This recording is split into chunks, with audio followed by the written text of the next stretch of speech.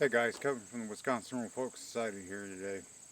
You never know when a filming opportunity is going to present itself, and today I'm out for a ride. I pulled into one of my favorite spots, and there it is, an unattended fire. Eventually today I'm going to figure out how to put this out. I really don't have anything with me that can, but I'll figure it out eventually. I don't like tearing up the neighborhood, you could say, but we'll figure it out here. There's some campers out here. Maybe I'll ask if I can go borrow a jug or something. But I figured today this would be a very good opportunity to talk about heathenism and how it applies to nature today. We live in a modern world. We can never go back to the old way of doing things. And to be honest, we probably don't want to. Most people, including me today, will not survive. Most people are too lazy to survive and won't figure it out until they've reached their end. But a lot of paganism starts out and typically goes back to the roots of animism. Then they become polytheism. Then, unfortunately, it's monotheism. Now, if you don't know the definitions, animism is typically the major life around you has a soul, like the tree. Some people go as far as the pebbles and the rocks have that energy, that soul, things like that. But that would be a more particular special item to me. Say, like, I go up to this rock that's way over on the other side of this lake. That probably has seen a lot, and that probably does have some sort of power as a sacred place. This place is very accessible to people, so there's foot traffic in here all the time. It kind of dulls that, if you ask me. You get like your oak trees and stuff, your maples, your spruces. Those were all sacred trees that produced like a sap or had a sacred meaning. That's animism. Alright, so that's the life force around. It's like the fires of creation can create and they can destroy, just like ice. Polytheism. Alright, so that is when you're kind of putting a face to the gods themselves. That is kind of when you're kind of chiseling them out in your image, like a lot of us do today. That is the arrogance of man. I do believe they are personal manifestations of nature. So like this to me is Nerthus. The storms are Thor. Odin is the raiding, the war, the skirmishes. Thor is the major war, you could say, even with the artillery, things like that, the warring of man, en masse. If you really want to take it as far with Odin, he's a war god in particular, maybe like the certain little raids and the special whatever. The small conflict scenarios and squads we have today that do war and things of that nature. It's like I have a few apple trees in my yard, to me, Eden, or Dune, as she can be called, and there's multiple names, that can be like viewed as that's her place with the fruit. There's big theories about that she never gave apples, it was something else, and that is literally how you do pronounce one of her names is Eden.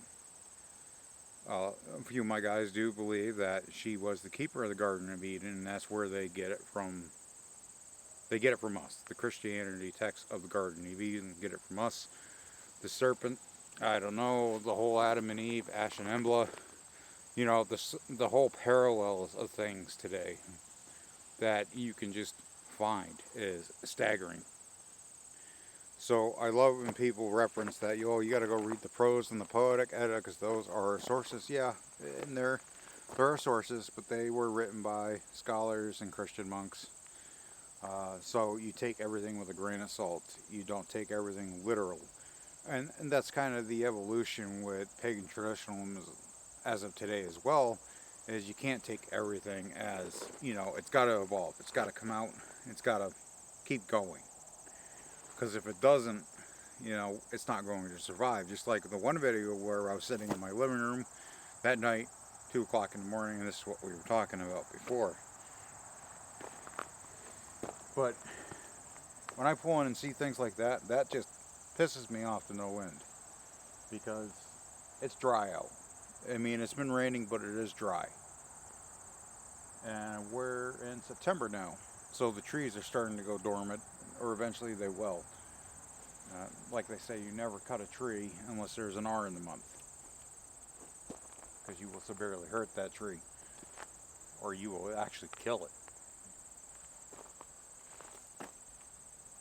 But we got to take care of things like this, because if we don't, we're just not going to have. Yeah, you know, that's what I'm saying here today. And this is a pretty pristine patch of little forest that is safeguarded. People, I've seen them come and go, they don't care. Do yourself a favor, you go on a hike, take a bag with you, pick up the trash, it's not going to kill you.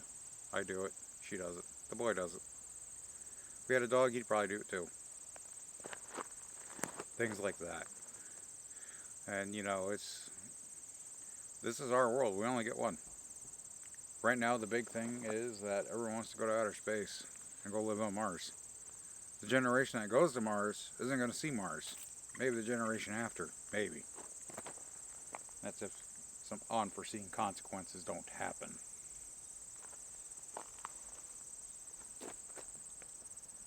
Take care of the world we have.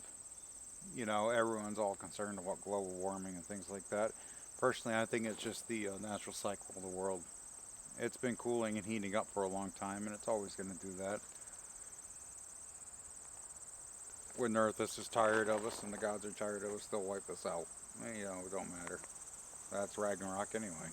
Of course, Ragnarok isn't supposedly caused by the gods. It's just something that happens, the ending of a prophecy.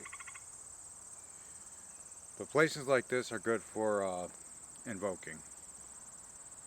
As accessible as they are, not all of us can get back out in the deeper woods and do those things, and that's what I realized, you know. That's why I try to make most of our events accessible as possible, and there are a few that are very inaccessible to some people, just because of the distance.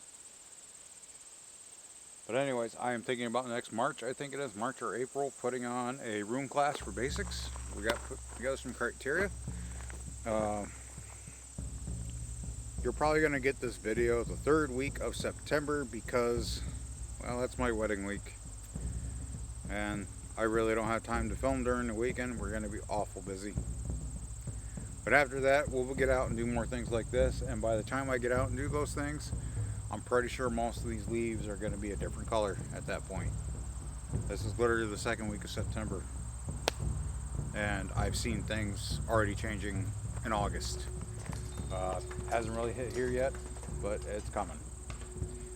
So, anyways, guys, I'm going to try to put this out because if somebody ever stumbles on this and you know it was you that did this, screw you guys.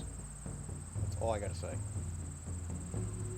Alright, catch you guys later. Thanks for tuning in.